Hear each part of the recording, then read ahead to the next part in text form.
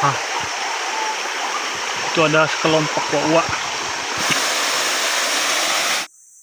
Oke teman-teman, kita jumpa lagi di channel ini. Dalam kesempatan kali ini saya mau menjelaskan sedikit ya, mengapa atau kenapa orang Dayak itu tidak takut masuk di dalam hutan ya. Itu yang akan saya jelaskan dalam kesempatan ini. Mungkin banyak teman-teman di luar sana belum paham ya, atau banyak merasa takut apalagi saudara-saudara, teman-teman kita yang tinggal di kota. Kalau dengar hutan Kalimantan aja udah merinding bulunya ya. Ini yang saya mau jelaskan sedikit ya, khususnya di Kalimantan Timur, Kabupaten Kutai Kartanegara. Yang pertama yaitu kalau kami orang Dayak itu masuk ke dalam hutan ya tidak lepas ya sarung mandau, tidak lepas mandau di pinggang. Nah ini salah satu persyaratan atau salah satu gimana caranya kami masuk hutan itu supaya tidak merasa takut ya. Salah satunya membawa mandau terus ya, kemanapun kita pergi di hutan itu mandau tetap di pinggang ya, pasang. Jadi kalau sudah ada mandau di pinggang, kita tidak merasa takut lagi terhadap binatang buas ya. Kalau kita merasa kalah, kita lari. Itu yang pertama. Yang kedua, kita harus memahami lokasi hutan itu, dan kita harus memahami karakter-karakter binatang-binatang yang membuat kita takut. Ya kalau di tempat saya di sini, ya yang paling ditakuti yaitu mungkin dua aja ya. Kalau siang ya, ada beruang sama ular. Antara dua itu aja. Jadi semua itu, kedua-duanya itu tergantung pengalaman siapa yang masuk hutan itu. Nah di sini saya mau berbagi. Kalau kita tidak paham karakternya beruang itu, pasti kita takut. Oh pas jalan di hutan nanti beruang langsung datang ya, langsung cakar-cakar. Enggak teman-teman. Beruang itu ada dua hal yang paling kita antisipasi. Ada dua situasi yang beruang itu ganas. Yang pertama, dia musim kawin. Yang kedua, kita pas masuk di sarang anaknya, di mana anaknya masih kecil dan dia menjaga anaknya itu, dan kita ada di daerah situ. Itu yang bisa membuat dia bengis ya, atau ganas. Tetapi ketika dia cuma jalan cari makan aja, dia tidak akan melawan. Justru dia yang akan lari. Ya, seperti itu teman-teman. Nah, yang bahayanya itu ketika dia kawin ya. Jadi mungkin dia takut kita mengambil atau kita ngapa-ngapain betinanya itu. Itu yang dia takut ya. Yang terjadi di sini seperti itu teman-teman.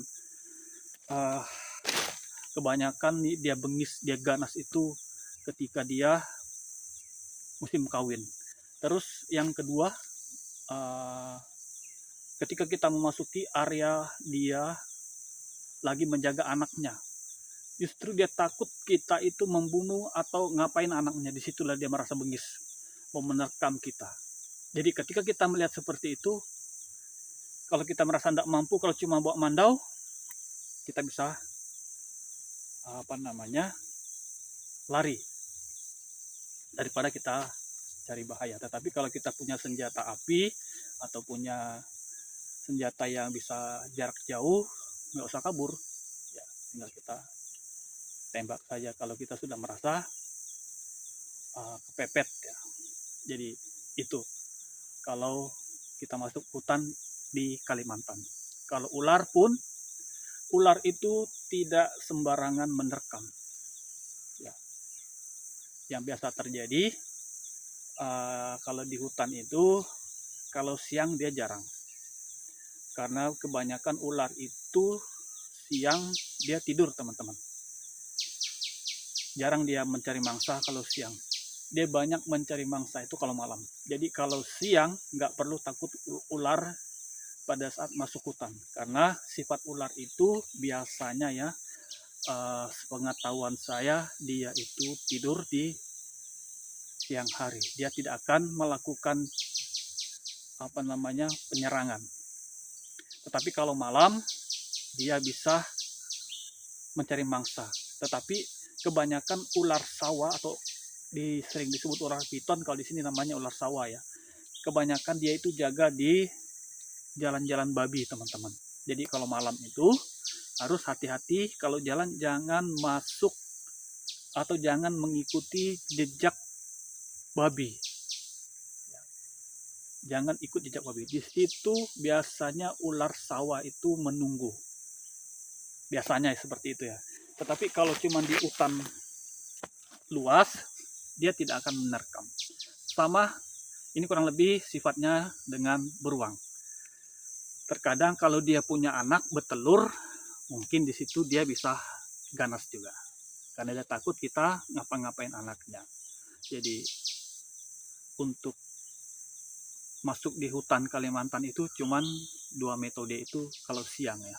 Kalau malam ya, kalau masalah hantu-hantu itu sudah urusan masing-masing. Kalau berani, hantu tidak akan mengganggu. Nah, kalau malam hari lagi, ini saya coba masuk ke malam hari ya. Kalau malam hari lagi, kita harus memahami suara-suara yang ada di dalam hutan. Kebanyakan kalau kita nggak paham, kita kira hantu, ternyata cuma burung. Banyak suara-suara di malam hari itu yang membuat kita merinding, bulu kuduk kita. Ada beberapa binatang yang bisa menyerupai suara-suara yang aneh, sama seperti musang, dia bisa seperti suara anak kecil menangis. Sama suara burung ya, ada burung juga, burung yang pemakan ikan, saya lupa namanya, itu juga bisa bunyinya kayak suara anak kecil juga ya, kayak orang nangis juga bisa. Ada juga yang kayak orang teriak ya, kalau malam hari. Yang teriak itu dia sejenis kubung, bilang orang sini, bahasa di sini dia kayak tupai tapi dia bersayap, teman-teman, sayapnya ada di sini. Cuman dia tidak bisa terbang ke atas, cuma dia ke bawah dia.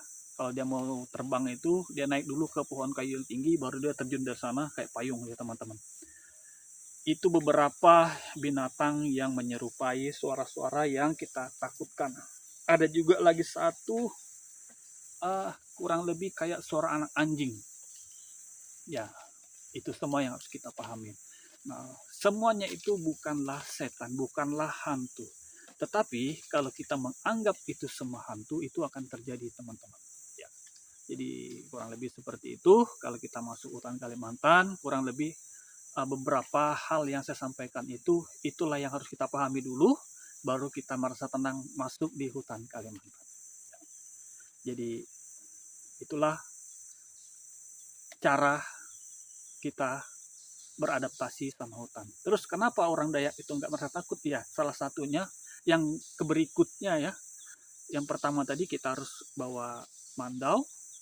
Terus mungkin kalau ada senjata tajam atau seperti senjata api, ya itu.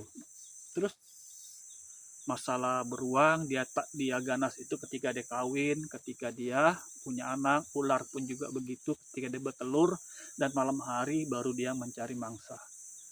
Nah, kenapa orang Kalimantan itu nggak takut masuk dalam hutan? Karena orang Kalimantan itu sudah menyatu gitu ya, karena kehidupannya dia itu kebanyakannya di hutan, teman-teman, bukan di kota. Jadi dia merasa itu hutan itu seperti tempat refreshing kayak gitu ya. Kalau orang kota kan nanti refreshingnya di mall. Tapi kalau orang Dayak itu ya, kalau dia mencari kesenangan, apalagi musim buah, dia cari ke hutan, teman-teman. Jadi hutan itu buat dia itu kayak pasar ya, bisa cari apa aja di hutan. Kalau hutannya masih masih alami, banyak buah-buah di sana, banyak buah durian, durian bermacam-macam, ada buah cempedak dan ada buah-buahan lainnya lagi. Jadi menurut kami orang Dayak itu, hutan itu adalah pasar buat kami untuk mencari makan. Jadi mungkin seperti itu yang saya bisa sampaikan. Semoga teman-teman yang ada di kota, dimanapun berada, jangan takut masuk hutan. Ya, tidak semua hutan itu yang angker. Ada beberapa hutan saja. Kalau di Kalimantan Timur, Kabupaten Kutai Kartanegara, tempat saya ini, itulah yang saya sampaikan tadi. Cuman beberapa hal itu yang harus kita pahami. Oke, mungkin itu aja yang dapat saya sampaikan. Semoga video ini bermanfaat. Salam satu budaya, satu Nusantara, satu Kalimantan untuk kita semua.